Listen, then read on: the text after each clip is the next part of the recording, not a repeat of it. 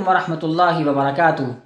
رمضان کا مبارک مہینہ چل رہا ہے اور اس رمضان کے مہینے میں امید ہے کہ تمام حضرات تراویح کی نماز پڑھ رہے ہوں گے، اور پڑھنی بھی چاہیے، سنت مؤکدہ ہے اور اس کی بڑی فضیلت ہے تراویح کی نماز پڑھنے کی۔ اس میں ایک سوال یہ آیا کہ 4 رکعت کے بعد میں جب ہم تراویح کی نماز پڑھتے ہیں تو تراویح کی نماز میں 4 رکعت کے بعد میں تھوڑا سا بیٹھا جاتا ہے، تو اس بیٹھنے کے وقت میں کون سی دعا پڑھنی چاہیے؟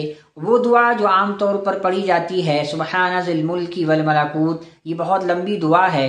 اس دعا کو اگر کسی کو یاد نہ ہو تو کیا اس کی تراویح کی نماز ہی صحیح نہیں ہوگی؟ لوگوں کے ذہن میں یہ سوال بہت زیادہ بیٹھا ہوا ہے کہ اگر کسی کے وہ دعا یاد نہیں ہے تو یا تو تراویح کی نماز صحیح نہیں ہوگی یا پھر ثواب اس کو کم ملے گا۔ آج اسی ٹاپک پر بات کرنی ہے۔ تو سب سے پہلے تو آپ یہ سمجھ لیجئے کہ وہ جو دعا ہے جو بتائی جاتی ہے تراویح کی نماز میں کہ 4 رکعت کے بعد وہ دعا پڑھیں، آپ کے وہ دعا یاد نہیں ہے تو کوئی پریشانی کی بات نہیں ہے۔ اس دعا کا پڑھنا ضروری اور واجب نہیں ہے۔ آپ کے یاد ہے تو آپ اس کو پڑھ سکتے ہیں، اور اگر آپ کے وہ یاد نہیں ہے تو آپ اس دعا کے بدلے پر آپ درود شریف پڑھ سکتے ہیں، یا اسی طریقے سے کلمہ پڑھ سکتے ہیں، یا اسی طرح سے تسبیح پڑھ سکتے ہیں۔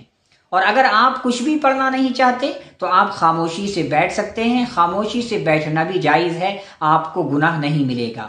بات سمجھ آ رہی ہے؟ اگر آپ کے یاد ہے تو آپ اس کو پڑھ لیجیے، بہت اچھی بات ہے۔ اور اگر یاد نہیں ہے تو یہ نہیں سوچنا چاہیے کہ ہماری تراویح کی نماز نہیں ہوگی یا ہمیں ثواب کم ملے گا۔ اس کے بدلے آپ اس جگہ پر درود شریف پڑھ سکتے ہیں، کلمہ پڑھ سکتے ہیں، تسبیح پڑھ سکتے ہیں، اور اگر آپ کے یاد ہے تو آپ اس کو پڑھ سکتے ہیں۔